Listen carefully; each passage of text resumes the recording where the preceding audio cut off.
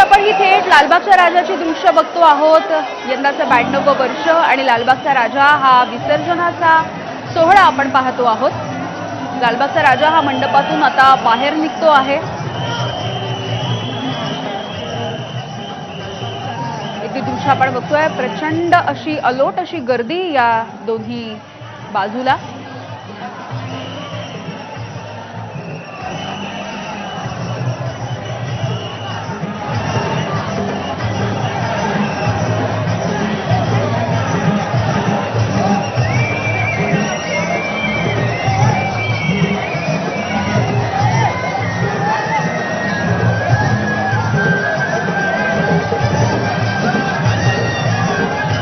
तर अनेक तास लालबागच्या राजाची ही विसर्जनाची मिरवणूक सुरू असते, कारण वेगवेगळ्या मार्गांनी तो अखेर गिरगाव चौपाटीपर्यंत पोहोचतो। गेल्या वर्षीचा जर विचार केला तर ही मिरवणूक साधारणपणे 20 तास चाललेली होती। 18 ते 20 तास लागलेले होते गेल्या वर्षी या लालबागच्या राजाच्या मिरवणुकीला। आणि दुसऱ्या दिवशी तो सकाळी गिरगाव चौपाटीवरती पोहोचत असतो। यंदाच्या वर्षी आता 12 वाजून गेले आहेत आणि लालबागचा राजा हा मंडपातून सध्या बाहेर पडतो आहे।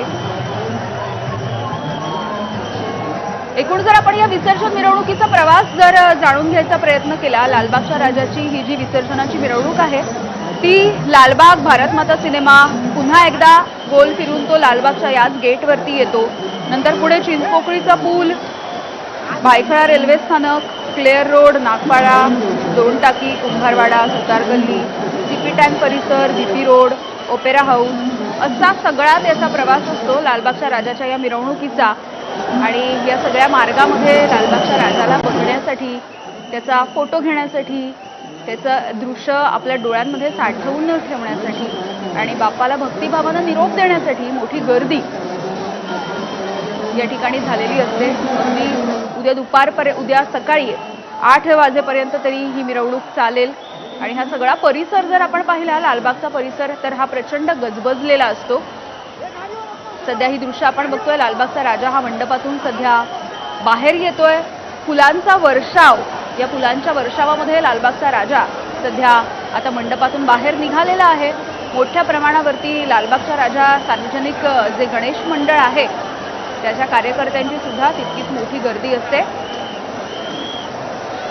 आणि दुसरी गोष्ट म्हणजे हे सगळं निर्विघ्नपणे पार पडावं यासाठी मोठ्या प्रमाणावरती प्रशासन सुद्धा आपलं सज्ज आहे। पोलीस बांधवांचा अत्यंत तगडा असा बंदोबस्त आहे।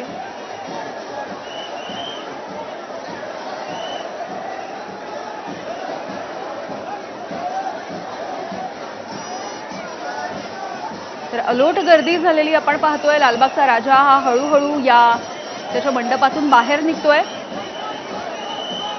फुलांचा वर्षाव त्याच्यावरती होतोय आणि हे जे हार आपण बघतोय, जसा जसा लालबागचा राजा पुढे पुढे येईल तसे